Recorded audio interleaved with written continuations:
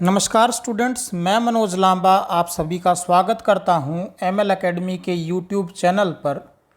और अब हम डिस्कस करेंगे 28 सितंबर के इम्पोर्टेंट हरियाणा के जो करंट अफेयर्स के पॉइंट्स बनते हैं उन सभी के बारे में। मैं आपको बता दूं कि इन वीडियोस की पीडीएफ आप एमएल एकेडमी की ऐप से डाउनलोड कर सकते हैं। ऐप का लिंक मैंने इसी वीडियो के डिस्क्रिप्शन में दे दिया है। ऐप पर मेरे द्वारा जीके जीएस के 5000 से ज़्यादा मल्टीपल चॉइस क्वेश्चन का एक पेड बैच भी लॉन्च किया गया है।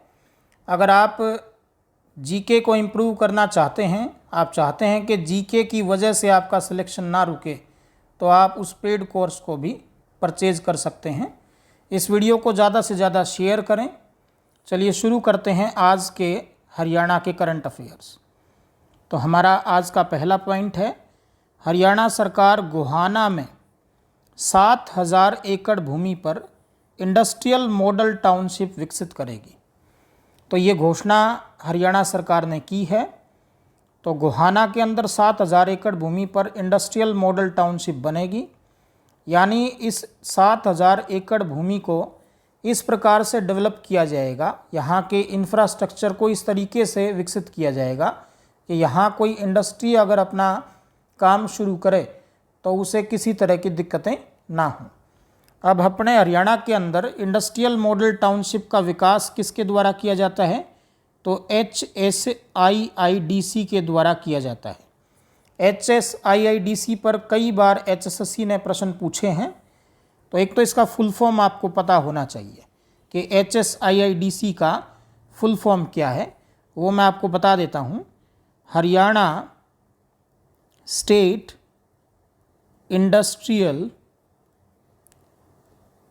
And infrastructure development corporation. तो HSIIDC जो है, इसका फुल फॉर्म 2-3 बार एग्ज़ाम में आ चुका है। तो H से हरियाणा, S से स्टेट, I से industrial and infrastructure development corporation, ये इसका फुल फॉर्म है। HSIIDC की स्थापना जो है वो 8 मार्च 1967 में की गई थी। इसका जो हेडक्वार्टर है वो पंचकुला में स्थित है। और मैं आपको बता दूं, इसके मैनेजिंग डायरेक्टर जो थे वो श्री राजेश खुल्लर थे। तो राजेश खुल्लर जी के बारे में बहुत ही इम्पोर्टेंट पॉइंट अभी हरियाणा करंट के अंदर, नेशनल करंट के अंदर आया था कि जो राजेश खुल्लर IAS हैं वो अब वर्ल्ड बैंक के एग्जीक्यूटिव डायरेक्टर होंगे।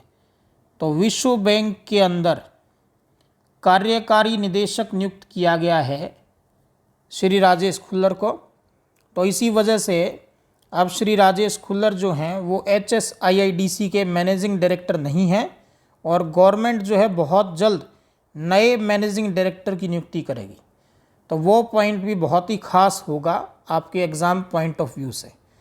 तो आप ध्यान रखें, इंडस्ट्रियल मॉडल टाउनशिप का विकास HSIIDC के द्वारा किया जाता है।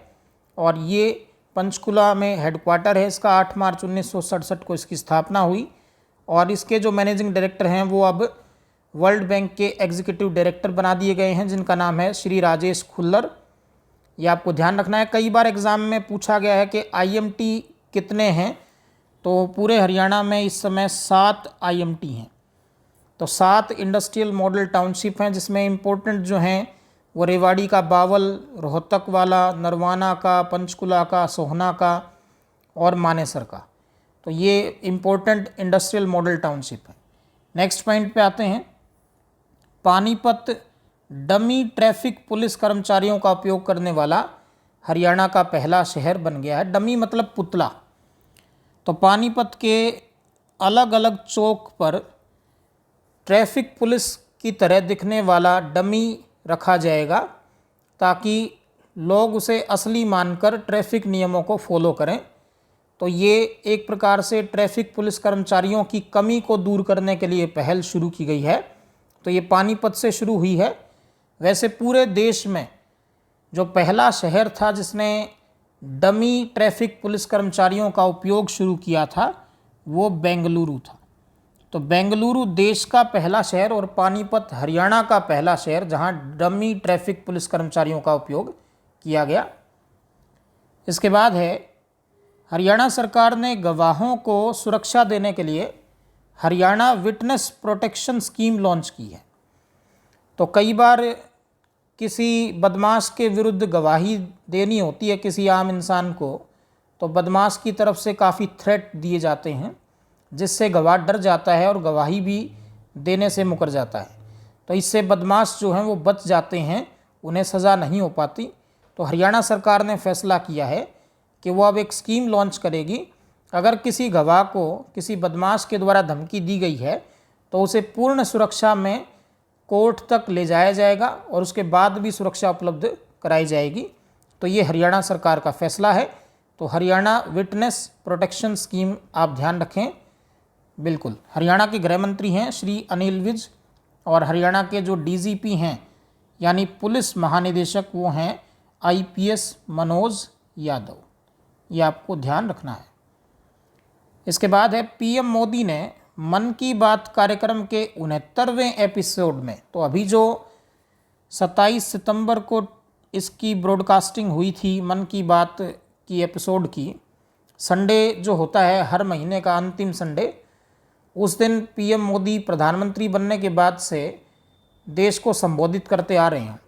पहली बार पीएम मोदी ने जो मन की बात कार्यक्रम किया था वो 3 अक्टूबर 2014 को किया था, ये भी मैं आपको बता दूं। और उसके बाद से इसका शेड्यूल बन गया कि महीने के अंतिम रविवार को प्रधानमंत्री मोदी मन की बात कार्यक्रम करते हैं। तो 69वां एपिसोड अभी 27 सितंबर 2020 को ब्रॉडकास्ट हुआ है। इसमें पीएम मोदी ने हरियाणा के किसान कंवल सिंह चौहान का जिक्र किया। तो इनका जिक्र करके पीएम मोदी ने देश के सभी किसानों को कृषि क्षेत्र में कुछ नया करने के लिए प्रेरित किया कि कृषि की तकनीकों को बदलना होगा जिससे ज़्यादा लाभ कृषि से कमाया जा सके। तो कंवल सिंह चौहान जो हैं एक सफल किसान हैं और कृषि के साथ काफ़ी प्रयोग इन्होंने किए हैं और इनके इसी कृषि प्रयोगों के कारण 2019 में इन्हें राष्ट्रपति के द्वारा पद्मश्री पुरस्कार दिया गया था। पद्मश्री भारत में चौथा सबसे बड़ा नागरिक सम्मान है। चौथा इसलिए क्योंकि जो सबसे ऊपर है वो भारत रत्न है, फिर इसके बाद दूसरा स्थान आता है पद्म विभूषण का और तीसरा स्थान आता है पद्म भूषण का और चौथा आता है पद्मश्री। तो पद्मश्री इन्हें 2019 में राष्ट्रपति ने प्रदान किया। ये सोनीपत के अटेरना गांव से हैं। तो अटेरना गांव जो है वो एक अन्य कारण से भी चर्चा में है और आपके एग्ज़ाम में आ सकता है। तो वो कारण क्या है?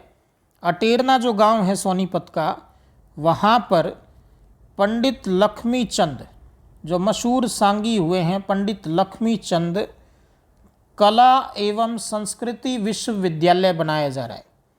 तो कला एवं आर्ट एंड कल्चर जो कला एवं संस्कृति विश्वविद्यालय बनाया जा रहा है वो पंडित लक्ष्मी चंद के नाम पर बनाया जा रहा है और सोनीपत के अटेरना गांव में बनाया जा रहा है।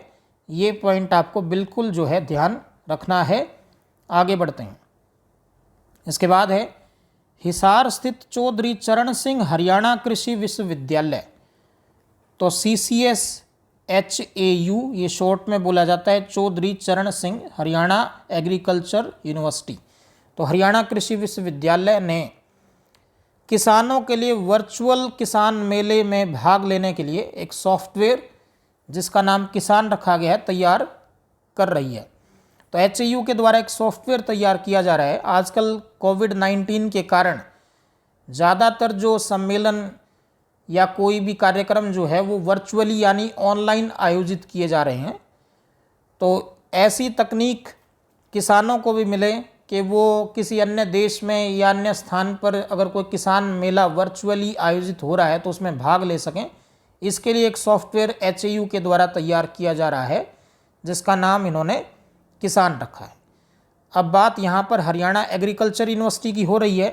तो हरियाणा एग्रीकल्चर यूनिवर्सिटी के जो वर्तमान में VC हैं यानी वाइस चांसलर हैं, उपकुलपति हैं, वो प्रोफेसर समर सिंह हैं।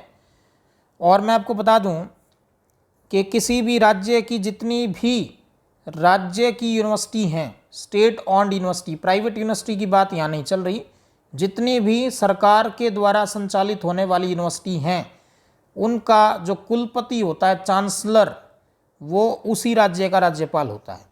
यानी अगर हम हरियाणा एग्रीकल्चर यूनिवर्सिटी की बात करें तो हरियाणा के जो राज्यपाल हैं सत्यदेव नारायण आर्य, सत्यदेव नारायण आर्य जो हरियाणा के राज्यपाल हैं, वही हरियाणा एग्रीकल्चर यूनिवर्सिटी के कुलपति हैं, वही कुरुक्षेत्र यूनिवर्सिटी के कुलपति हैं, वही महर्षि दयानंद यूनिवर्सिटी के कुलपति हैं, क्योंकि ये सभी हरियाणा सरकार के द्वारा संचालित होने वाले विश्वविद्यालय हैं।